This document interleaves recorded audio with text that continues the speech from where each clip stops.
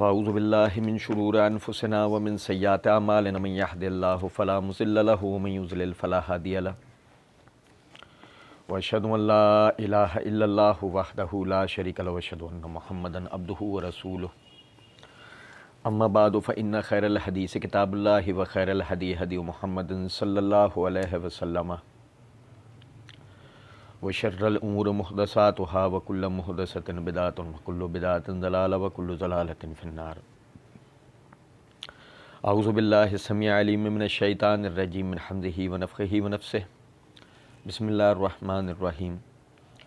اللہم صلی علی محمد وعلی آل محمد کما صلیت علی ابراہیم وعلی آل ابراہیم انک حمید مجید.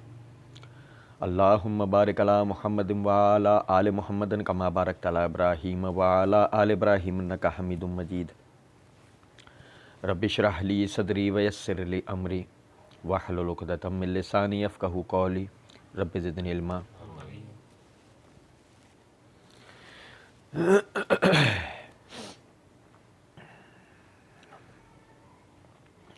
ما کان محمد ابا احد من رجالکم ولکن رسول اللہ وخاتم النبیین.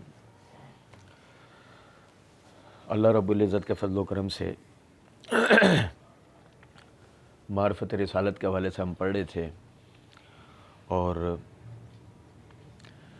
رسول اور نبی کون ہوتا ہے، رسول اور نبی کے آنے کا جو مقصد ہے اور اس پر جو اترنے والی تعلیمات ہیں اس کا ہماری زندگیوں میں کیا کردار ہے، ہم اس حوالے سے پڑھ رہے تھے. پچھلے درس میں نے آپ بھائیوں کو توجہ دلائی تھی کہ رسول رسالت کوئی ایسا عمل نہیں ہے کہ جو بندہ خود چاہے اور اسے مل جائے. اللہ رب العزت جس کو چاہتا ہے رسالت کے لیے چنتا ہے اور اس پر جیسے کہ ہم نے پڑھا تھا لوگوں کی ہدایت اور لوگوں کی رہنمائی کے لیے پیغامات اتارتا ہے.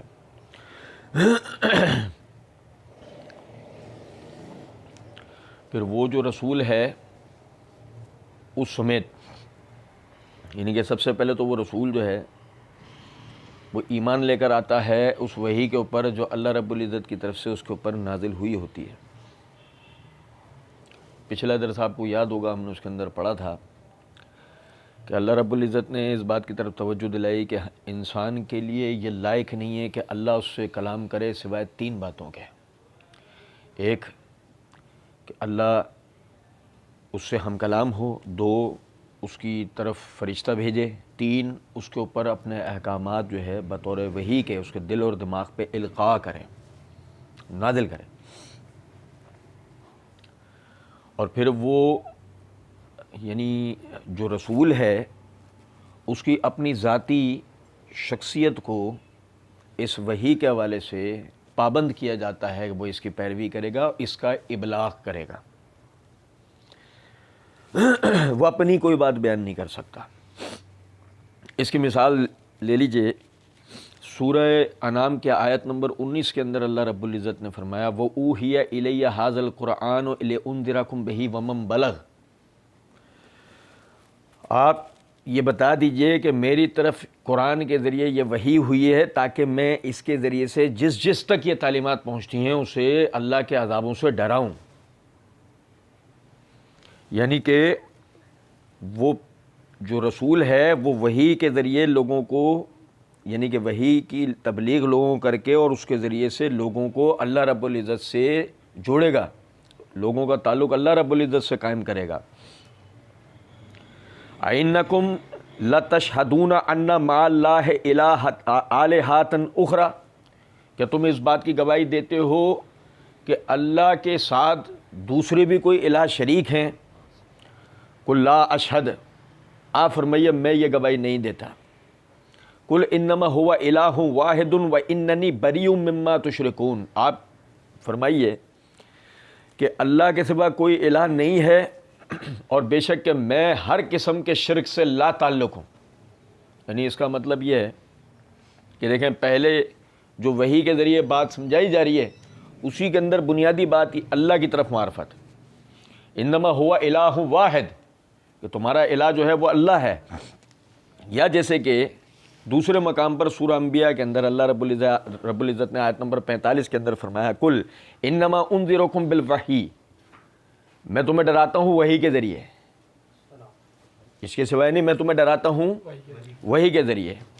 یا جیسے کہ سورہ نجم کی آیت نمبر 3 اور 4 کے اندر فرمایا وما ینطق عن الہوی ان ھو الا وحی یوحی، میرا نبی اپنی طرف سے کچھ نہیں کہتا ہے، یہ وہی کہتا ہے جو ہم اس کی طرف بدریہ وہی نازل کرتے ہیں. جس کا مطلب یہ ہے کہ ہر نبی وہ وحی کا پابند ہے اور وہ وحی کی طرف ہی لوگوں کو دعوت دیتا ہے. اس کی اپنی ذاتی کوئی رائے، اپنی ذاتی کسی بات کا کوئی دخل اس شریعت کے اندر نہیں ہوتا.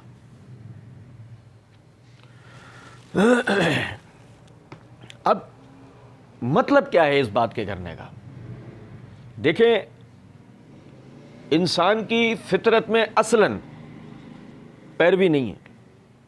اب میری بات سمجھیں، انسان اشرف المخلوق ہے، اسے اس خوبی کے ساتھ پیدا کیا گیا ہے کہ یہ مخلوقات کو اللہ کے حکم سے مسخر کر سکتا ہے.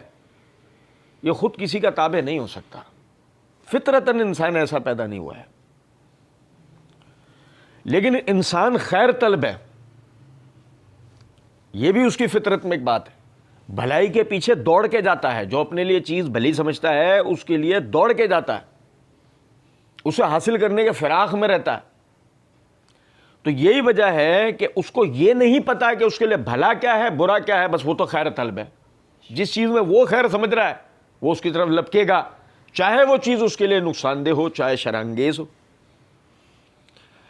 اس جیسی چیزوں کی تمیز کروانے کے لیے اللہ رب العزت نے اس کو ہدایات دینی ہے، اس کو سکھانا ہے، اس کو سمجھانا ہے. جیسے کہ ہم نے سب سے پہلے معرفت رسالت کے درس میں پڑھا تھا فَإِمَّ يَأْتِيَنَّكُم مِّنِّي هُدًى، مجھ سے اب تم تک ہدایات آئیں گی. فَمَن تَبِعَ هُدَايَا فَلَا خَوْفٌ عَلَيْهِمْ وَلَا هُمْ يَحْزَنُونَ، جو تم میں سے ان ہدایات کی پیروی کرے گا اس پہ کسی قسم کے نقصان کا خوف یا کسی کے ساتھ کھڑے نہ ہونے کا غم نہ رہے گا. اب مسئلہ یہ ہے کہ اللہ تو انسان سے ہم کلام ہو ہی نہیں سکتا، انسان میں اتنی صلاحیت ہی نہیں ہے. اس کے لیے اس نے لوگوں کو مخصوص کرنا ہے، ان پر اپنے احکامات بطور وحی نازل کرنے ہیں. تو جنہیں مخصوص کیا گیا وہ کہلائے رسول اللہ، اللہ کے وہ رسول تھے، اللہ کے انبیاء تھے، پیغمبر تھے.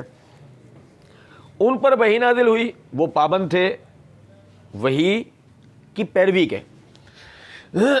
اب دیکھیں سورہ نام کی آیت نمبر 50 قُلْ لَا أَقُولُ لَكُمْ عِنْدِي خَزَائِنُ اللَّهِ وَلَا أَعْلَمُ الْغَيْبَ وَلَا أَقُولُ لَكُمْ إِنِّي مَلَكٌ إِنْ أَتَّبِعُ إِلَّا مَا يُوحَىٰ إِلَيَّ. اے نبی صلی اللہ علیہ وسلم آپ فرمائیے میں تم سے یہ نہیں کہتا میرے پاس اللہ کے خزانے، اور نہ یہ کہ میں علم غیب جانتا ہوں، نہ میں کوئی فرشتہ ہوں، میں تو اس وحی کی پیروی کرتا ہوں جو اللہ کی طرف سے مجھ پر نازل ہوتی ہے. اب دیکھیں یہاں بھی اس آیت کے اندر کوئی بھی چیز ایک رسول کے بارے میں شبہ ڈالے، یہ جو پیشن گوئیاں کر رہا ہے یہ نجومی تو نہیں ہے، اسے علم غیب تو نہیں ہے، نہیں، اس کی بھی تردید کی گئی کہ یہ کوئی علم غیب سے نہیں بول رہا، یہ وحی کی پیروی میں بول رہا ہے، وحی اس کی طرف اتر رہی ہے، یہ وحی تمہیں بیان کر رہا ہے. کیونکہ علم غیب میں شبہ ہو سکتا ہے، وحی میں شبہ نہیں ہو سکتا. ایک نجومی جو پیشن گوئی دیتا ہے، ایک علم غیب کا دعوے دار جو ہے اپنے علم غیب سے اگر کوئی بات بتاتا ہے وہ اس میں غلطی کر سکتا ہے. لیکن وحی کا تو مطلب سیدھا ہے کہ وہ تو اتاری اس نے کہ جو غلطی کر سکتا اللہ رب العزت، اس سے تو غلطی ہی نہیں ہو سکتی. اللہ رب العزت سے غلطی نہیں ہو سکتی تو وحی کے اندر غلطی نہیں ہو سکتی. ان ہدایات میں کوئی چیز غلط نہیں ہو سکتی. یہ فطری بات، عقلی بات ہے. اب چند مثالیں ہیں جن سے ہم یہ سمجھیں گے. اچھا اس سے بھی پہلے میں آپ کو ایک بات بتاتا ہوں، اسے بھی سمجھیں. حالانکہ میں سب سے معرفت رسالت کے سب سے پہلے درس کے اندر اس کو سمجھا چکا ہوں، لیکن پھر ایک یوں سمجھ لیجیے کہ بطور تمہید آپ کو بتا دیتا ہوں تاکہ یادداشت کے طور پہ رہے. چونکہ انسان دنیا کے اندر جنت کے پتے لپیٹے ہوئے پہنچا تھا، اس کے تن پہ لباس تک موجود نہیں تھا. انسان نے دنیا کے اندر آنے کے بعد آہستہ آہستہ ان تمام چیزوں کو سیکھا ہے جو کہلاتی ہیں معیشت، معاشرت، صنعت و حرفت. یہ ساری چیزیں انسان نے دنیا میں آ کے سیکھیں، اور ظاہر ہے کہ وہ یعنی کہ اگر دیکھا جائے تو کسی بھی چیز کو سیکھنے سے پہلے اس کے لیے کوئی سکھانے والا موجود ہونا چاہیے، ایسے کوئی نہیں سیکھ سکتا۔ مثال طور پہ اگر ایک آدمی نے اپنی زندگی میں پہلے کبھی بھی گوبھی جو سبزی ہوتی ہے گوبھی یہ نہیں کھائی ہے، اور وہ گوبھی کا پھول نکلا ہوا کھلا ہوا گوبھی پوری بنی ہوئی اس کے سامنے وہ لگا ہوا ہے، اس کو کوئی یہ کھا لے، کھائے گا؟ ہاتھ بھی نہیں لگائے گا۔ بکرے کا مغز اگر مثال کے طور پر وہ پڑا ہے، پہلی نظر دیکھنے سے وہ کیا لگتا ہے؟ کیا وہ کوئی کھانے کے لائق چیز لگتی ہے پہلی نظر دیکھنے سے؟ اور اگر اس کو کہا جائے کہ اس کو کھا لے، وہ کھائے گا؟ کان اس کے اندر جو سونا ہے یا تانبا ہے یا پیتل ہے یا لوہا ہے، وہ اس شکل میں تھوڑی ہوتا ہے جو وہ ساخت بن جانے کے بعد ہمارے ہاتھ میں آتا ہے، وہ اس شکل میں نہیں ہوتا، وہ تو بڑی بھدی شکل میں ہوتا ہے۔ کان میں جو سونا جب ہوتا ہے، جب اسے نکالا جا رہا، توڑا جا رہا ہوتا ہے، الگ کیا جا رہا ہوتا ہے، نکالا جا رہا ہوتا ہے، تو بڑا ایسا لگ رہا ہوتا ہے جو چونے کے ڈھیر ہوں۔ تو اب اگر مثال طور پر کہا جائے کہ یہ دنیا کی تمہاری سب سے قیمتی ترین دھات ہے، اس کی سمجھ میں آئے گی یہ بات؟ یا کہا جائے کہ اگر تمہاری صنعت میں کچھ سب سے طاقتور دھات ہے تو وہ لوہا ہے، کہ تمہاری صنعت کا دار و مدار اس ایک دھات پر ٹکا ہوا ہے، تو اس کو پہلے دن یہ بات سمجھ میں آئے گی؟ پھر کوئی تجربہ گائے نہیں ہے کہ جن میں وہ تجربات سے بات سمجھ سکتا ہو، اسے تو پہلے ہی دن چیزوں کے فوائد و نقصانات بتانا ضروری ہے۔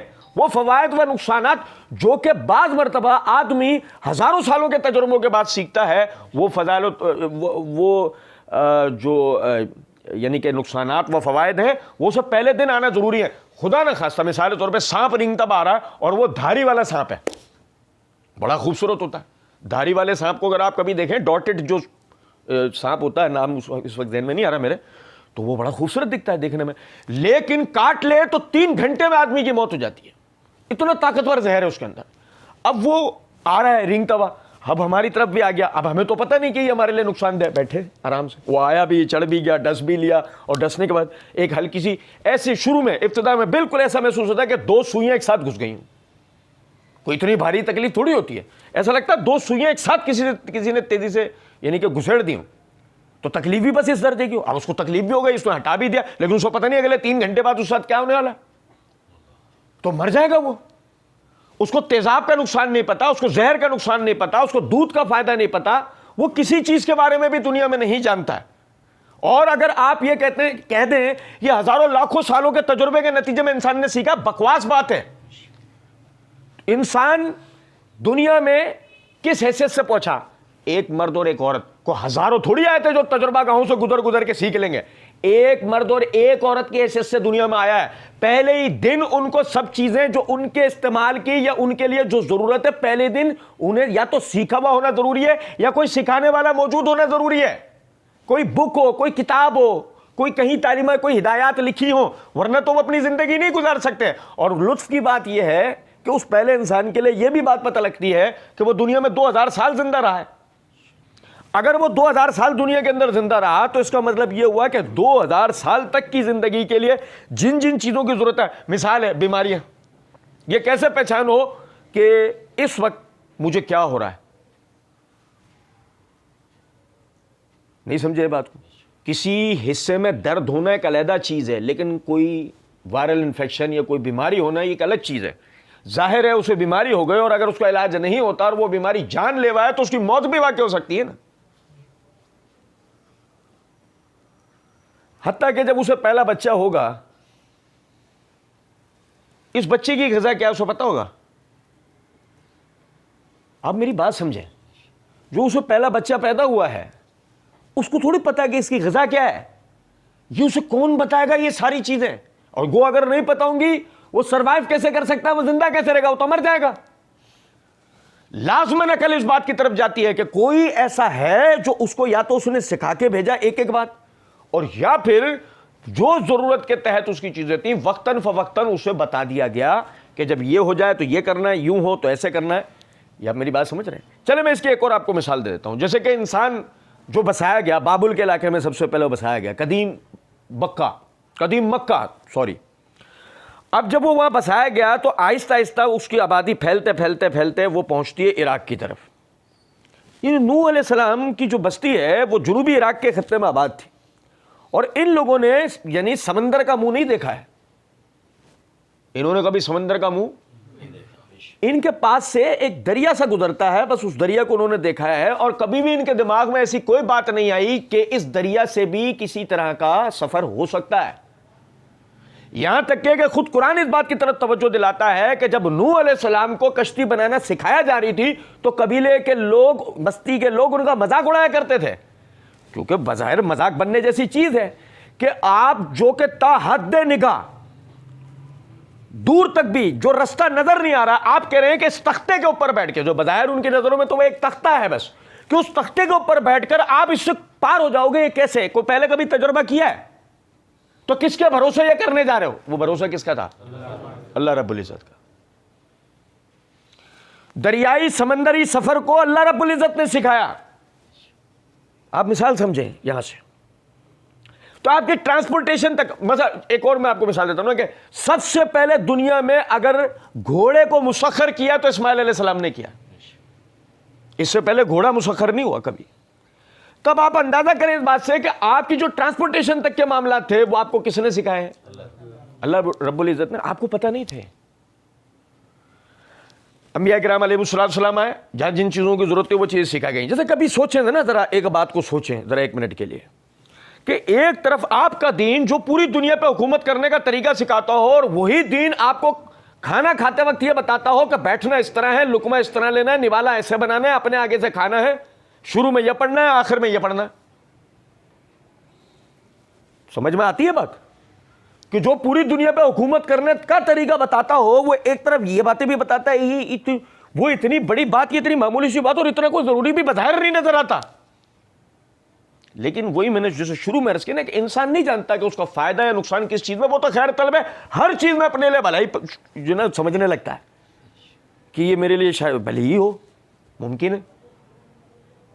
تو انبیاء کرام علیہ السلام آئے, جن چیزوں کی ضرورت تھی وہ چیزیں سکھائی گئیں. میں چند یعنی مثالیں آپ کو قرآن کی روشنی میں آپ کے سامنے رکھتا ہوں.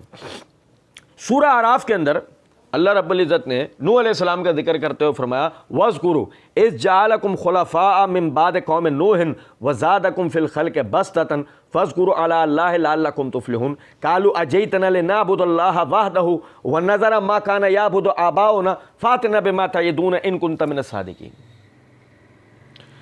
اب یہاں پر اللہ رب العزت نے نوح علیہ السلام کا ذکر کیا کہ نوح علیہ السلام اپنی قوم کی طرف گئے. اب قوم کو اس وقت میں جس چیز کی ضرورت ہے, مثلا فصلیں اگانا آ چکی ہیں, انہیں کھانے پکانے کا ان کا مسئلہ نہیں ہے, نقل و حرکت کا, نکاح شادی بیاہ, ان چیزوں کا مسئلہ نہیں ہے. جس چیز میں ان کی مسئلہ تھا وہ تھا عقیدہ.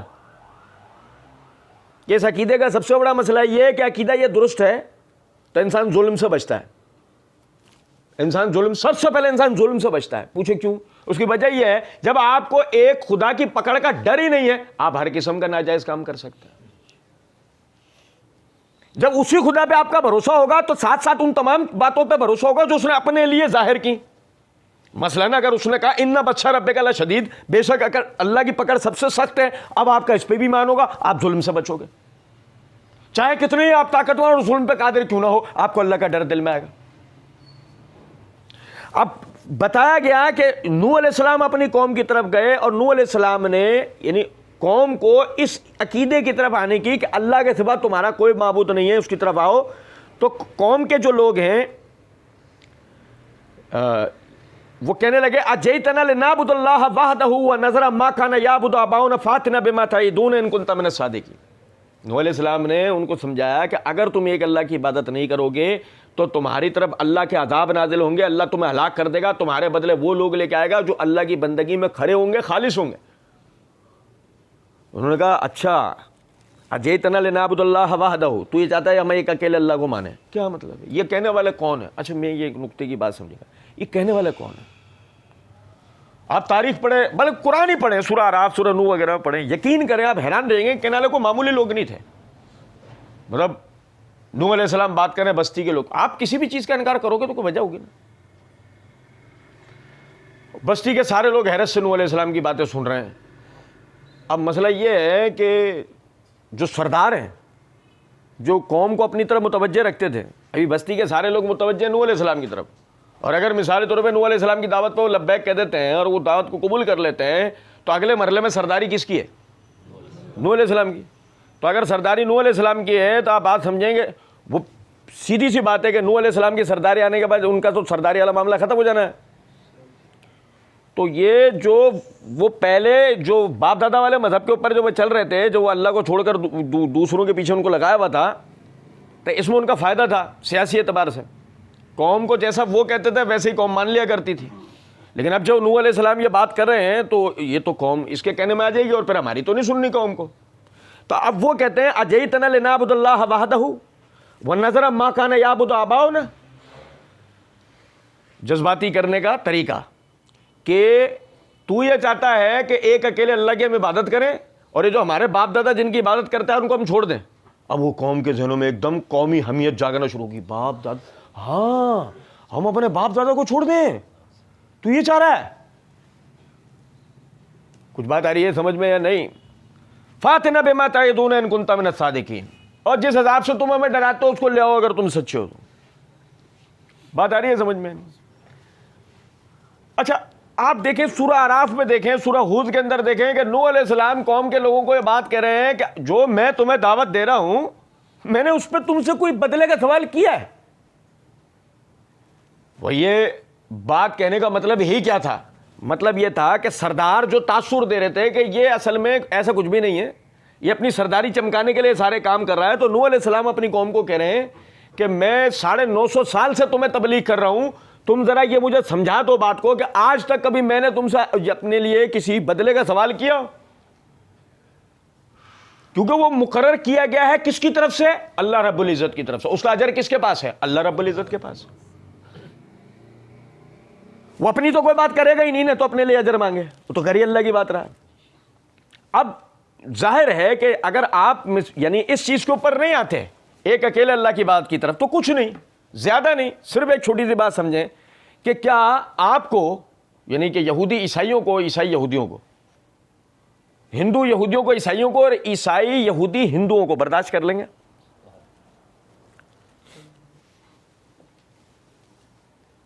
آپ سمجھے نہیں بات کو؟ مثال کے طور پہ آپ ایک اکیلے اللہ کی عبادت کی طرف اگر نہیں آتے ہیں تو کیا یہودی عیسائی ایک دوسرے کو برداشت کر لیں گے؟ اور کیا یہ دونوں مل کے ہندوؤں کو یا ہندو ان کو برداشت کر لیں گے؟ ہماری چھوڑیں, مسلمانوں کی بات نہیں ہے, مسلمان تو ابھی تک ہے ہی نہیں جب یہ بات چل رہی ہے, وہ نہیں کر سکتے. ایک اکیلے اللہ کی عبادت کے لیے سب کو یعنی اس بات کو سب کا قبول کر لینا ہی پوری دنیا میں امن و سلامتی کا باعث بن سکتا ہے, ورنہ امن و سلامتی والا معاملہ بن سکتا؟ کیونکہ لوگ مذہبی بنیاد پہ ایک دوسرے کا خون بہائیں گے. اب آپ دیکھیں کہ جب ایک رسول آ کے اس بات کی طرف دعوت دے رہا ہے تو اس میں انسانوں کی اپنی فلاح و بہبود تھی نا, کہ مذاہب کے نام پر ایک دوسرے کا کشت و خون نہ بہا جائے. جیسے تاریخ کے اندر ہم یہ دیکھتے ہیں روم نے فارس کے ساتھ کیا, فارس نے روم کے ساتھ کیا. لاکھوں جانیں صرف اس بات کے اوپر لی گئیں کہ یہ دونوں ایک دوسرے کے مذہب کو جبرن تسلیم کروانا چاہتے تھے, رومی فارسیوں کو اور فارسی رومیوں کو, ایرانی ان دونوں کو اور یہ دونوں ایرانیوں کو. پڑھیں آپ تاریخ میں. اور حتیٰ کہ بعد میں سلیبی جو بنائے گئے وہ تو بنائے اس مقصد کے لیے گئے کہ بلا کسی تفریق جو عیسائیت کو قبول نہیں کرتا اس کو قتل کر دو, بلا کسی تفریق. اور وہ بھی وہ عیسائیت جو یسوع مسیح کی بتائی ہوئی نہیں, وہ عیسائیت جو پوپ نے بیان کی ہے, جو کلیسا سے آ رہی ہے, جس کا اصل میں جو موجد ہے وہ یسوع مسیح کے صحابیوں میں سے بھی کوئی نہیں ہے. لطف کی بات یہ ہے. تو اب آپ یہ دیکھیں کہ پبلک اندھا دھن وہ صلیبی جنگجو بن کے اندھا دھن جنگوں پہ گئی اور پوری دنیا کے اندر خون بہایا گیا. تو راستی اور امن و سلامتی کس میں تھی؟ ایک اکیلے اللہ کی عبادت میں. اور یہ تعلیم کس کی تھی؟ یہ رسولوں کی تعلیم تھی. اگر آپ رسولوں کی تعلیم کو تسلیم نہ کرتے ہوئے آپ اسی طریقے سے لوگوں کے بنائے ہوئے قوانین اور لوگوں کے بنائے ہوئے مذاہب اور لوگوں کے بنائے ہوئے رواجوں کی اگر آپ پیروی کریں تو اس کا پھر یہ نقصان ہوتا ہے. جیسے اسی طرح آپ دیکھیں, آج آپ کے لیے مسئلہ ہے, چھوٹا نہیں بڑا مسئلہ ہے, سمجھے ذرا بات کو. آپ کے اپنے ملک میں بھی یہ وبا آ گئی ہے اور بڑے پیمانے پہ آئی ہے, اور مستقبل میں ہم بہت جلد اسے بالکل ایسے اپنے قریب سے بھی ایسے دیکھنا شروع ہو جائیں گے. ابھی موضوع نہیں ہے, میں صرف اشارہ دوں گا. دیکھو ذرا غور طلب ہے. اللہ رب العزت نے لوط علیہ السلام کا ذکر کرتے ہوئے فرمایا وَلُوطًا إِذَا قَالَ لِقَوْمِهِ أَتَأْتُونَ الْفَاحِشَةَ مَا سَبَقَكُم بِهَا مِنْ أَحَدٍ مِنَ الْعَالَمِينَ إِنَّكُمْ لَتَأْتُونَ الرِّجَالَ شَهْوَةً مِنْ دُونِ النِّسَاءِ بَلْ أَنْتُمْ قَوْمٌ مُسْرِفُونَ. یہ سورہ اعراف کی آیت نمبر 80 اور 81 ہے. دنیا میں کس حیثیت سے آئے تھے؟ شوہر اور بیوی. دیکھو یہ نقطہ سمجھو میرا, عورت اور مرد کی حیثیت سے نہیں, شوہر اور بیوی کی حیثیت سے آئے وہ دونوں. دلیل کیا ہے اس کی؟ پڑھو آپ سورہ اعراف کے اندر کہ اللہ رب العزت نے مخاطب کر کے فرمایا یا آدمو انتم وزوجکما, اے آدم تو اور تیری بیوی. اگر یہ بھی اللہ کہتے تھے نا تو اور تیری عورت, تو بھی شاید بات سمجھ میں آتی. ان کا نکاح نہیں ہوا تھا آپس میں, تو اور تیری بیوی. قرآن یہ بتاتا ہے کہ وہ پہلے ہی دن اگر وہ دونوں ایک دوسرے کے قریب بھیجے گئے تو نکاح سے بھیجے گئے, بے نکاح نہیں بھیجے گئے. اب سمجھے؟ اور جب دنیا میں اتارے گئے تو کس حیثیت سے اتارے گئے؟ ایک جوڑا اس حیثیت سے دنیا میں آئے. اور ظاہر ہے کہ ان کی شہوات میں, انسان کے ساتھ جن شہوات کو پیدا کیا گیا ہے, بھوک ہے, پیاس ہے, نیند ہے, گھومنا پھرنا ہے, سیاحت ہے, یہ جتنی شہوات میں جو چیزیں ان میں ایک یہ بھی ایک عورت اور مرد کا قرب, جس کو ہم کہتے ہیں جنسی زندگی. تو اس جنسی زندگی کے لیے بھی ان دونوں کو ایک دوسرے کے ساتھ پیدا کیا, اس لیے کہ دنیا میں آبادی کا توازن رہے. دنیا میں آبادی کا توازن. اور اگر مثال کے طور پر اس سے عدول ہو جائے گا کہ مرد مرد سے اور عورت عورت سے شہوت پوری کرنے لگ جائے, بات سمجھیں, تو دنیا میں آبادی کا توازن رہ سکتا؟ بگڑ جائے گا. چھوڑے بیماریوں کی بھی بحث نہیں ہے, بچہ جان رہا ہوتا ہے عام طور پہ ہمارے یہاں, بیماریوں کی بحث نہیں ہے. بحث سب سے پہلے نقطے کی ہے کہ توازن, آبادی کا توازن ہی بگڑے گا. مثال دیتا ہوں ایک چھوٹی سی. قوموں کے درمیان اللہ رب العزت نے علیحدہ علیحدہ صلاحیتیں رکھی ہیں. اس کی وجہ ہے تاکہ کسی بھی قوم کا کسی بھی قوم کو جڑ سے ختم نہ کر دیا جائے. اس دنیا کے بسے رہنے کے لیے, اس دنیا کی ترقی کے لیے دنیا کے اندر ہر قوم کے آخری فرد کا بھی زندہ رہنا ضروری ہے. یہ آپ سمجھ رہے ہیں یہ کتنی بڑی بات ہے. ایک چائنیز کا زندہ رہنا ضروری ہے, ایک افریقی کا زندہ رہنا ضروری ہے, ایک ہندوستانی کا زندہ رہنا ضروری ہے. دنیا میں ہر قوم سے تعلق رکھنے والے افراد کا زندہ رہنا, کیونکہ اللہ نے ہر قوم کو بعض صلاحیتوں کے ساتھ پیدا کیا جو دیگر قوموں میں نہیں ہے. تو اگر ان کو جڑ سے ختم کر دیا جائے تو گویا ہم نے ان صلاحیتوں کو ہی دفنا دیا. اور اگر کسی قوم کے اندر مثال کے طور پر جنسی بگاڑ پیدا ہو جائے, مرد مرد سے اور عورت عورت سے پورا کر رہا ہو اپنے معاملے کو, تو اگر وہ کبھی جنگ کا شکار کیے گئے تو جڑ سے پوری نسل ہی ختم ہو جائے گی, کیونکہ ان کی آبادی ہی نہیں ہوگی. اور سوچیں کہ اگر ایسا ہزاروں سال پہلے ہو چکا ہوتا, جیسے کہ سوائے ان قوموں کے جن پہ عذاب آئے, ان کے علاوہ دنیا میں بعض قومیں, آپ تاریخ اٹھا کے پڑھیں کہ وہ آخرکار ہاری ہیں اپنی کم تعداد کی وجہ سے. ان کو دشمنوں نے مہلک ہتھیاروں کے نتیجے میں نہیں ہرایا, ان کو دشمنوں نے ہرایا اپنی اکثریت کی وجہ سے. اور آپ جنگی اصولیات پر لکھی ہوئی کتابیں پڑھیں, آپ اس کے اندر ایک چیز کو کامن پائیں گے کہ اکثریت اقلیت پہ غالب آتی ہے آخرکار. جنگ کا تو اصول یہی ہے. اب آپ اس بات کو سمجھیں کہ آبادی کے توازن کو قائم رکھنے کے لیے ضروری ہے کہ عورت مرد سے اپنی شہوت کو اور مرد عورت سے اپنی شہوت کو پورا کرے. اور ابھی تو ہم یہ وہ والی بات بھی نہیں کر رہے ہیں, زنا اور نکاح والی, یہ بھی کوئی بات نہیں کر رہے ہیں. ابھی آپ سمجھیں جو میں بات کر رہا ہوں. اب لوط علیہ السلام کی قوم کے اندر یہ شیطان نے برائی, اہل سدوم میں, عربوں کا ایک بہت پرانا قبیلہ ہے, عربہ میں سے. اذ قال لقومه اتاتون الفاحشۃ ما سبقکم بها من احد من العالمین, تم بے حیائی کا وہ کام کر رہے ہو کہ تم سے پہلے کائنات میں کسی نے ایسا نہیں کیا. یہ بڑی بات ہے, یہ بڑی بات ہے. یہ ثابت کرتی ہے یہ بات کہ اصلاً مخلوقات کے اندر بھی جنس نر اور مادہ کی عموماً اپنے جو جبلت ہے اس سے عدول نہیں کرتے. یعنی کہ نر سے اور عورت عورت سے نہیں کرتا, ایسا کوئی سلسلہ نہیں ہے باقاعدہ. کوئی فطری طور پر جانور بگڑ جائے تو ایک الگ چیز ہے, لیکن ویسے یہ ان میں طریقہ نہیں ہے. وہ بھی نر مادہ نر کو ڈھونڈتا ہے. کچھ بات آ رہی ہے سمجھ میں یا نہیں؟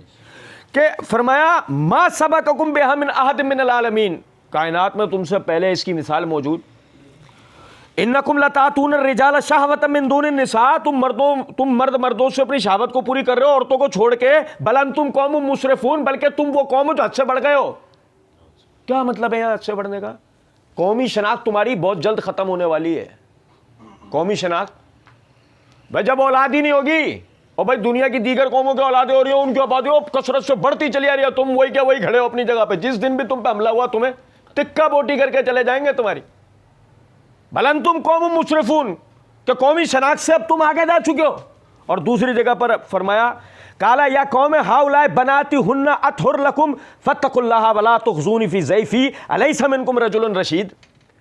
سورہ ہود کی آیت نمبر 78 کے اندر فرمایا اے میری قوم ہؤلاء بناتی ہن اطہر لکم، یہ میری قوم کی بیٹیاں اللہ نے نکاح کے لیے ان کو تمہارے لیے پاکیزہ بنایا. فاتقوا اللہ، اللہ سے ڈرو. ولا تخزونی فی ضیفی، مجھے میری مہمان نوازی میں رسوا نہ کرو. یہ ایک واقعہ ہے، ابھی ہم اس کی طرف نہیں جا رہے. الیس منکم رجل رشید، کیا تم میں کوئی بھی سمجھدار آدمی نہیں بچا ہے؟ دیکھو کیا پتہ لگا، رسول کے آنے سے پہلے پہلے تک یہ چیز لیگلائزڈ تھی. ایک قوم کے اندر یہ چیز کیا ہے، یعنی کہ آپ اس چھوٹی سی بات سے دیکھیں کہ وہ قوم نے جو انہیں جواب دیا تھا اس بات کے بعد کہ تم مرد سے مرد شہوت پوری کر رہے ہو، قوم نے جواب میں جو بات کی بڑی اہم ہے. وما كان جواب قومه الا ان قالوا اخرجوهم من قريتكم انهم اناس يتطهرون.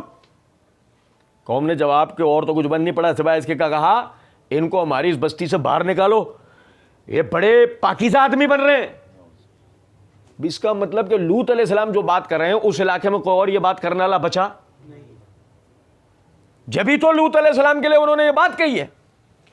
تب بتانے کا مقصد یہ ہے، فرض کریں کہ رسول نہ آتے، فرض کریں کہ اللہ کی طرف سے ان پر یہ حکمت کی باتیں نہیں اترتی اور اس قوم کو سمجھانے کی کوئی سبیل نہیں بنتی، تو نتیجہ کیا نکلتا؟ مانا کہ یہ قوم ہلاک کی گئی. لیکن اگر یہ تعلیمات دنیا کے اندر نہیں آتی، آج کتنی قومیں ہلاکت کا شکار ہو چکی ہوتی. صرف اللہ کے عذابوں کے علاوہ دنیاوی اعتبار سے بھی بات کرو تو کتنی قومیں ہلاکت کا شکار ہو چکی ہوتی. آبادی کا تناسب دنیا سے بالکل ختم ہو چکا ہوتا، لوگ انہی چکروں کے اندر اپنے آپ کو ختم کر رہے ہوتے. آج آپ کے لیے پوری دنیا میں یہ ایک مسئلہ بنا ہوا ہے. میرا موضوع نہیں ہے ورنہ میں آپ کو تفصیل سے بتاتا. اور ابھی آنے والے دنوں کے اندر آپ حیران رہ جائیں گے کہ آپ کے ملک پاکستان کے اندر یہ چیز آپ اتنی عام دیکھیں گے، یہ آپ کے ایسے سامنے ہوگی بالکل، آپ اور حیران ہو رہے ہوں گے آپ کے یار یہ ایک دم ہوا کیا ہے، یہ ایک دم سے یہ کیا ہوا ہے، یہ آپ حیران رہ جائیں گے. تو یہ جو تعلیمات تھیں یہ تعلیمات پہلے دن سے رسولوں نے سمجھائیں. ہم نے چونکہ رسولوں کی تعلیمات کو فراموش کیا، نتیجتاً ہر معاشرتی، معیشتی، ازدواجی، خانگی اور سیاسی اور ملکی اور یعنی کہ قومی برائیوں کا ہم شکار ہوا. اور دیکھیں سورہ اعراف کی آیت نمبر 85 اور 86، وَإِلَىٰ مَدْيَنَ أَخَاهُمْ شُعَيْبًا قَالَ يَا قَوْمِ اعْبُدُوا اللَّهَ مَا لَكُم مِّنْ إِلَٰهٍ غَيْرُهُ قَدْ جَاءَتْكُم بَيِّنَةٌ مِّن رَّبِّكُمْ فَأَوْفُوا الْكَيْلَ وَالْمِيزَانَ وَلَا تَبْخَسُوا النَّاسَ أَشْيَاءَهُمْ وَلَا تُفْسِدُوا فِي الْأَرْضِ بَعْدَ إِصْلَاحِهَا ذَٰلِكُمْ خَيْرٌ لَّكُمْ إِن كُنتُم مُّؤْمِنِينَ. شعیب علیہ السلام اپنی قوم کے پاس جاتے ہیں، کہتے ہیں میری قوم اللہ کے سوا کسی کی عبادت مت کرو، اس کے سوا کوئی تمہارا مددگار نہیں ہے، اس کے سوا کوئی تمہارا مددگار نہیں. پہلی بنیادی بات تو یہ ہوگی کہ ان میں یہ عقیدے کی خرابی تھی، جیسے کہ نوح علیہ السلام کی قوم میں تھی. یہ عقیدے کی خرابی پہلے تو آگے اس چیز کے اوپر انہیں سمجھایا ہے، اور وہ میں نے وجہ بتائی کہ عقیدے کی خرابی پہ سمجھانے کی ضرورت سب سے پہلے کس وجہ سے ہے. اور دوسری بات فَأَوْفُوا الْكَيْلَ وَالْمِيزَانَ، ترازو برابر رکھا کرو، ترازو برابر رکھا کرو. سمجھے ہیں بات کے؟ کاروبار میں دھاندلی مت کرو، کاروبار میں دھاندلی. وَلَا تَبْخَسُوا النَّاسَ أَشْيَاءَهُمْ، لوگوں سے ان کی ضرورت کی چیزیں مت روکو. او بھائی میرے پیارے، او یار سمجھے ہی نہیں بات کو، کل کا پیٹرول کا مسئلہ بھگت کے بیٹھے ہیں نہیں. وَلَا تَبْخَسُوا النَّاسَ أَشْيَاءَهُمْ، لوگوں سے ان کی ضرورت کی چیزیں نہیں روکو. ٹھیک ہے. اب آپ سمجھیں معاملہ کیا ہے. آپ مثال کے طور پہ کاروبار کو وہ ایمانداری کے اصولیات جو دین نے بیان کیا، جو رسولوں کی تعلیمات ہیں. اب دیکھو یہ پھر وہی بات آ گئی. اگر آپ کاروبار کو اس اعتبار سے نہیں کرتے تو نتیجتاً آپ کیا کرتے ہیں؟ نتیجتاً آپ یہ کرتے ہیں کہ آپ اپنے بڑے بائر کو، جو آپ کا سب سے بڑا بائر ہوتا ہے نا، وہ آپ کا ملکی آدمی نہیں ہوتا، غیر ملکی ہوتا ہے. ایک ملک دوسرے ملک سے خریداری کرتا ہے. اس کو آپ میری بات کو سمجھنا جو میں آپ کو بتانا چاہ رہا ہوں. آپ کا جو بڑا بائر ہوتا ہے وہ آپ سے کاروبار نہیں کرتا. بظاہر آپ کو لگ رہا ہوتا ہے کہ آپ نچلی سطح پر بے ایمانی کر رہے ہیں، تو اس بے ایمانی کا کوئی اتنا بڑا نقصان نہیں ہے. لیکن مسئلہ یہ ہے کہ بعض مرتبہ یہ بے ایمانی کاروباری قوانین میں داخل ہو چکی ہوتی ہے اور اب وہ بے ایمانی نہیں لگ رہی ہوتی ہے.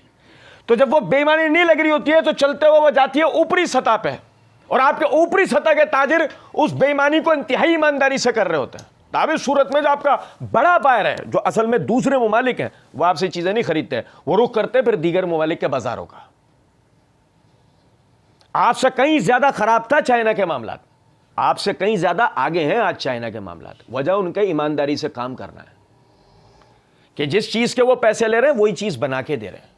اگر آپ کو ناقص چیز بنوانی ہے تو وہ آپ کو اتنے ہی پیسے لے کے وہ ناقص چیز بنا کے دے رہے ہیں. اگر آپ کو لگے نہیں یار چائنا کا مال تو ایسے سے، تو وہ آپ سے وہی پیسے لے کے وہی بنا کے دے رہے ہیں جو آپ کی ڈیمانڈ ہے.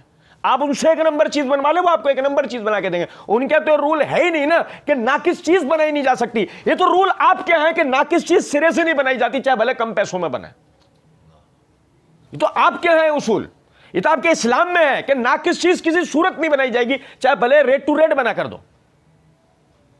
خالص چیز کا تصور تو آپ کیا ہے نا، کہ یہاں تک کہ حدیث میں بتایا گیا من غش فلیس منا، جو ملاوٹ کرے اس کا مجھ سے کوئی تعلق نہیں ہے. اتنی بڑی بات کہہ دی. تو آپ سمجھے ذرا اس بات کو کہ جب آپ یعنی کہ بحیثیت ایک عام فرد کے آپ سوچ رہے ہوتے ہیں تو آپ کو کہاں یہ بات مطلب اہمیت آپ کو کہاں نظر آئے گی اس چیز. لیکن اگر آپ ایک قومی ایک ملی سطح پر بات کو سوچیں، اس کی شعیب علیہ السلام اپنی قوم کو یہ بتا رہے ہیں کہ ترازو برابر رکھو، ہیں بڑی بڑی بڑی بات کی ہے. بڑی اس میں کیا تھا؟ بظاہر بڑی بات لگ رہی ہے، بظاہر نہیں لگ رہی. لیکن پتہ ہے کیا ہے بات؟ یہ ہے جس زمانے کی بات چل رہی ہے اس میں ہمارے درمیان میں ہزاروں سالوں کی مسافت ہے. کتنی؟ ایسے بازار لگتے تھے کہ جیسے آپ کے اتوار بازار یا پیر بازار یا منگل بازار لگتے ہیں نا، بازار ایسے لگتے تھے. آپ کے کوئی شاپنگ مالز تھوڑی تھے بڑے بڑے، کوئی بندرگاہیں تھوڑی تھی جہاں پہ کنٹینر اترتے ہوں، کوئی بڑی بڑی مشینیں تھوڑی تھی، کوئی بڑے بڑے آؤٹ لیٹس تھوڑی تھے. اس طرح ایسے جس طرح کے ایک بازاروں میں پتھارے لگتے ہیں، بالکل اس طرح پتھارے ٹھیے لگتے تھے. اور وہ اس کے اندر آپ یہ دیکھیں کہ ان کے ہاں ناپ تول کے اندر دھوکے بازی کرنا یہ وہی ان کے کاروبار کا حصہ بن کے گویا کہ لا بن چکا تھا کہ یہ تو ہم صحیح کر رہے ہیں، اس میں غلط کیا ہے. یہ والی کیفیت ہو چکی تھی ان کی. اور نتیجہ یہ ہے کہ جب یہ والی کیفیت ہو جائے گی، آہستہ آہستہ آپ کا کسٹمر آپ سے ٹوٹے گا اور وہ اس جگہ جائے گا جہاں اس کو چیز پوری مل رہی ہے. کہ وہ پیسے پورے دے رہا ہے تو چیز پوری ملنی چاہیے نا. اور یوں آپ کی معیشت کا بھٹا بیٹھ جائے گا. یہ رسولوں کی تعلیمات ہیں جو بظاہر بڑی معمولی لگتی ہیں، لیکن اگر ان کے بارے میں تحقیق کیا پتہ لگتا ہے ساری ہدایات سکھائی اللہ نے لوگوں کو نہیں پتا تھی. فرمایا وَلَا تَبْخَسُوا النَّاسَ أَشْيَاءَهُمْ، احتکار مت کرو. احتکار ذخیرہ اندوزی مت کرو. کیا مطلب ذخیرہ اندوزی نہ کرو؟ آپ دیکھیں، آپ کو پتہ ہے ہمارے ملک کے اندر دو طرفہ مہنگائی ہے. پہلی مہنگائی وہ ہے جو بنائی گئی ہے نہیں. پہلی مہنگائی وہ ہے جو بنائی گئی ہے، اصلاً نہیں ہے. اور وہ مہنگائی کیا ہے؟ تاجروں کے سیاسی ایک جھکاؤ ہے. تاجروں کے سیاسی جھکاؤ ہیں. کوئی تاجر کسی سیاسی پارٹی کی طرف جھکا ہوا ہے تو کوئی تاجر کسی سیاسی پارٹی کی طرف. اب جو موجودہ حکومتی پارٹی ہے اس کو یہ پارٹیاں برداشت نہیں کر رہی، تو نتیجے میں اپنے ہواریوں کے کانوں میں پھونک رکھا ہے کہ تم نے جو چیزیں بھی بنانی ہے بنا کے اس کو ڈمپ کرنا ہے. اس سے دو فائدے ہوں گے. پہلا یہ کہ تم چیزوں کو بازار میں آنے سے روک کے ان کے پرائسز بڑھانے کا باعث کرو گے. جیسے پرائسز بڑھ جائیں گے پھر جب بازار میں لاؤ گے تو اب تمہیں 1 گنا نہیں 2 گنا نہیں بعض چیزوں پہ 100 گنا بھی فائدہ ہوگا. اور دوسرا فائدہ یہ ہوگا ہم موجودہ حکومت کو ایک ناکام حکومت ثابت کریں گے. ہم موجودہ حکومت کو اس ذریعے سے ایک ناکام حکومت ثابت کریں گے کہ دیکھو غربت کو کنٹرول ہی نہیں کر پا رہے, مہنگائی کو کنٹرول ہی نہیں کر پا رہے. اور دوسرا جو آپ کے ہاں پہ غریبی کا معاملہ یعنی کہ جو مہنگائی کا جو معاملہ چل رہا ہے وہ ہے آپ کا IMF سے لیا ہوا قرض, جس کے نتیجے میں ہر چیز کو مہنگا کر دیا گیا ہے. کیونکہ انہوں نے جب قرض دیا تو آپ کی شرطوں پہ تھوڑی دیں گے, وہ قرض دیں گے اپنی شرطوں پہ. اور جب وہ اپنی شرطوں پہ قرض دیں گے تو پھر وہ آپ سے پیسے واپس بھی لیں گے نا. آپ ان کے چاچا ماما کے لڑکے تو ہو نہیں, وہ آپ سے پیسے بھی واپس لیں گے. تو پھر پیٹرول کے ریٹ بڑھاؤ, پھر بجلی کے جو چیزیں ضرورت کی ہیں ان سب پہ ریٹ بڑھاؤ تاکہ ہمیں ہمارے پیسے دو. اب کرتا کیا نہ کرتا کے تحت ہوا. سنیں ذرا بات کو. اب کیا ہے کہ فرمایا گیا وَلَا تَبْخَسُوا النَّاسَ أَشْيَاءَهُمْ. دیکھو اگر مثال طور پر پیٹرول 300 روپے لیٹر بھی جائے نا, آدمی خریدے گا بشرطے کہ اس کے بعد 300 روپے بچے ہوں بے وجہ کے. اور اگر اس کے پاس 300 روپے نہیں بچ رہے ہوں گے نا تو آپ پیٹرول کو مثال کے طور پہ 50 روپے لیٹر بھی کر دو اور اس کے بعد 50 روپے پیٹرول ڈلوانے کے نہیں بچ رہے ہوں گے نا تو آپ وہ اس کو بھی مہنگا کہے گا. اب میری بات توجہ سننا جو میں کہہ رہا ہوں. اب اگر مثال کے طور پہ آپ راشن غائب کر دیں, ادویات کو غائب کر دیں, انہیں مہنگا کر دیں, اب ایک آدمی اسی کو خریدنے کے اندر اس کے سارے پیسے چلے گئے, اب وہ اپنے ان پیسوں کو کہیں اور لگا سکتا ہے؟ ختم, پیسے ہی نہیں اس کے پاس. تو اصل میں آپ کے لیے نقصان دہ بات کیا ہے؟ احتکار, ذخیرہ اندوزی, وہ آپ کے لیے نقصان دہ. تو سب سے پہلے آپ کو کیا کرنا چاہیے؟ ذخیرہ اندوزوں کو پکڑ کر لٹکا دینا چاہیے اور ساری چیزوں کو باہر نکلنا چاہیے. لیکن مسئلہ یہ ہے آپ نہیں کر سکتے کیونکہ آپ کی حکومت, آپ کا حکومتی طریقہ ایک ہائی جیک طریقہ ہے. آج سے نہیں, جب سے وہ طریقہ بنا ہے, جب سے خود حکومت کرنا لے کے ہاتھ میں نہیں رہتا, حزب اختلاف اور فلانا خود وہ اس کے ہاتھ میں نہیں رہتا. یہ طریقہ ہی خود ہائی جیک طریقہ ہے. اگر یہ شروع دن سے جب سے بنا, جب سے لے کے آج تک کی اس کی تاریخ اٹھا کے آپ دیکھیں گے, یہ کبھی کامیاب طریقہ نہیں ہے. تو اگر آپ سمجھیں کہ آپ لوگوں پہ باقاعدہ اس طریقے سے دباؤ دے کے نہیں, آپ نہیں کر سکتے, یا تو ڈائریکٹ مار دو, وہ پھر آرمی والا طریقہ, وہ بھی آپ کو پسند نہیں سمجھے کچھ بات کو. وَلَا تَبْخَسُوا النَّاسَ أَشْيَاءَهُمْ, لوگوں سے ان کی چیزوں کو روکو نہیں. وَلَا تُفْسِدُوا فِي الْأَرْضِ بَعْدَ إِصْلَاحِهَا, زمین میں فساد نہ کرو بعد اصلاح کے. یہ کیا ہوتا ہے فساد؟ میں آپ کو ایک چھوٹی سی بات بتاتا ہوں. مثال لے لیں. نبی صلی اللہ علیہ وسلم نے فرمایا جب تمہارے درمیان ایک خلیفہ کی بیعت ہو جائے اور کوئی اس کے خلاف کھڑا ہو تو اس کو قتل کر دو, کیونکہ وہ مسلمانوں کی جماعت میں اختلاف کرنا چاہتا ہے. مطلب یہ خلیفہ کا مقرر ہو جانا, یہ اصلاح ہو گئی. اب جو ہوگا یہ اللہ کے جواب دے ہوگا. آپ نے کیا کرنا ہے؟ اس کی پیروی کرنی ہے, سیاہ میں بھی سفید میں بھی. معرفت الصحابہ والا بیت سیریز میں صحابہ بحیثیت حکمران امت والا درس آپ کو یاد ہوگا, ہم نے اس میں پورا تفصیل سے پڑھا کہ خلیفہ کیسا ہوتا ہے. تو آپ سمجھیں ذرا اس بات کو کہ یہ سیاہ اور سفید دونوں کے اندر آپ نے اس کی پیروی کرنی ہے. یہ اللہ کا جواب دے, آپ نہیں. آپ اللہ کے جواب دے نہیں ہوتے. سمجھ میں آ رہی ہے بات یا نہیں؟ لیکن اگر آپ اس کے خلاف کھڑے ہو جائیں گے تو اب آپ اس کو بھی جواب دے ہیں اور آپ اللہ کو بھی جواب دیں. میں مثال دیتا ہوں آپ کو ایک چھوٹی سی. آج کے زمانے سے ہم بات کرتے ہیں, دنیا میں جہاں مسلمان حکومتوں میں اس وقت یعنی مسلمان حکومتیں زوال کا شکار ہوئی ہیں دنیا میں, یہ ہمارے اپنی یہ زندگی میں, یہ ہم ہوش حواس میں جو خود ہم نے دیکھا ہے, اس وقت پوری دنیا کے اندر جہاں بھی مسلمان حکومت زوال کا شکار ہوں اس کے پیچھے اگر کوئی چیز آپ کو نکل کے آئے گی نا تو وہ ایک چیز ہے, اور وہ یہ ہے کہ وہاں کی عوام کو وہاں کی حکومت کے خلاف اکسایا گیا. پہلے باہمی لڑائیاں کروائی گئیں, جب باہمی لڑائیوں کے نتیجے میں جو بچے ان کے اوپر امریکی جہازوں نے آ کے بمباری کر دی یا نیٹو نے آ کے بمباری کر دی. افغانستان ہمارے سامنے زندہ مثال ہے, عراق ہمارے سامنے زندہ مثال ہے, شام ہمارے سامنے زندہ مثال ہے, لیبیا ہمارے سامنے زندہ مثال ہے. ہر مسلمان ملک جو تباہی کا شکار کیا گیا اس کے پیچھے وجہ پہلے عوام کو خلاف کھڑا کیا گیا وہاں کے حکمران کے. صدام ایسے ہے, معمر قذافی یوں تھا, نہیں سمجھو کچھ بات ہو گیا. لیکن وہ تو چلے گئے, پھر اس کے بعد کون آیا ہے؟ میری بات سمجھنا, معمر قذافی گیا, صدام حسین گیا, سب گئے, سب چلے گئے, لیکن اس کے بعد کون آیا؟ تمہارے مسجد کا امام کون آیا ہے؟ وہی امریکی تمہاری جان پہ آ کے عذاب بنے نا ان ملکوں میں. بھائی میرے پیارے, یہ ابھی نہیں دیکھو یہ ابھی والے افغانستان کو, یہ اب سے 20-25 سال پہلے والے افغانستان کو دیکھو نا, کیا شر کیا نیٹو نے. اور سمجھیں ذرا اس بات کو کہ آپ کو کہا یہ جا رہا ہوتا ہے کہ ہم اصلاح کر رہے ہیں, کہا کیا جا رہا ہوتا ہے؟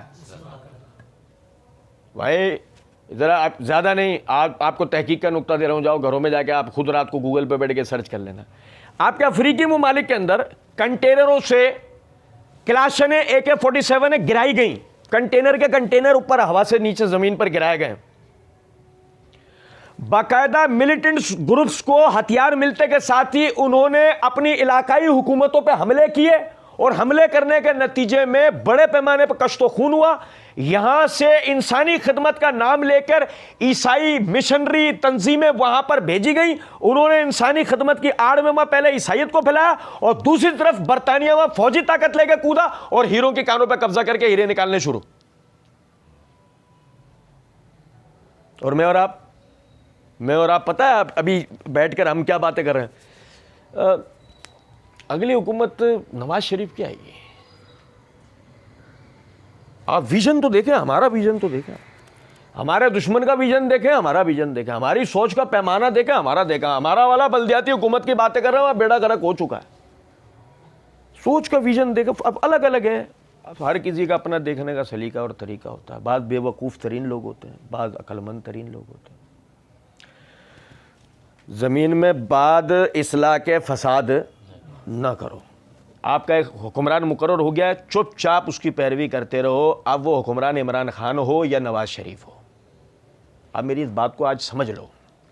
آپ کا حکمران جو بھی ہے, چپ چاپ اس کی پیروی کرتے رہو, یہ ہے اصلاح. ورنہ اگر آپ اس کے خلاف کھڑے ہوتے ہیں, بھائی چاہے زبانی بات کریں, آپ فساد کر رہے ہیں. آپ کوئی تخریب کاری والے معاملات نہیں کر رہے, آپ کوئی حکومت کے اداروں پہ حملے نہیں کر رہے, آپ کوئی بم جیکٹ پہن کے کود نہیں رہے, آپ کچھ بھی نہیں کر رہے, آپ صرف سوشل میڈیا پہ پوسٹ کر رہے ہو. نہیں, یہ بھی نہیں کرو. یہ زمین میں فساد ہے, کیونکہ اس کی وجہ ہے یہ جو آپ باتیں کرتے ہو, اس سے آپ کو کوئی فائدہ ہو جاتا ہے. اس کے بعد آپ کی مرضی کی حکومت آتی ہے. عقل سے تو سوچو, جب آپ کی مرضی کی حکومت نہیں آتی تو بات ہی ختم ہو گئی. کیوں اپنا ٹائم ویسٹ کرو؟ اپنا ٹائم اللہ کے دین کے لیے لگاؤ, اپنا ٹائم تعمیراتی کاموں کے لیے لگاؤ. اور بھائی آپ کتنی کچھ وہ کر لو, وہ تو جو مطلب بساط جہاں بچھی ہوئی ہے, وہ جو چاہیں گے حکومت تو وہ آئے گی نا. اور بات آپ کی تھوڑی ہے, پوری دنیا کا یہی طریقہ. امریکہ میں کس کی؟ جو بائیڈن کی حکومت آئی ہے, نہیں CIA کی حکومت آئی ہے. یہ تو آپ کو جو بائیڈن دکھایا جاتا ہے. تو میری بات سمجھ رہے ہیں یا نہیں؟ یہ جو آپ کا دوسری مرتبہ بھی اسرائیل کا وزیر اعظم صدر کون ہے, وہ جو منتخب ہو گیا, یہ دوسری مرتبہ اسرائیلی تاریخ کے اندر کیسے ہو گیا یہ مقرر؟ کون سے اس نے کارنامے کیے جو وہ مقرر ہوا؟ نہیں, وہ ان کے مفاد میں, موساد کے مفاد میں, یہی وجہ اس کو کھڑا کیا گیا. اور ابھی دیکھو نا, اس کو جو ستارہ ہے کون سا ملا ہے؟ ابھینندن کو. آپ ایسے سمجھیں ذرا اس بات کو, مطلب یہ بال ٹھاکرے اس کا استاد ہے. نہیں سمجھے؟ یہ جو وزیر اعظم ہے نا موجودہ, بھی کیا نام ہے اس کا, مودی کا بال ٹھاکرے استاد ہے. اور مودی آج جن نظریات کے اوپر کھڑا ہے, ان نظریات کا بانی بال ٹھاکرے تھا.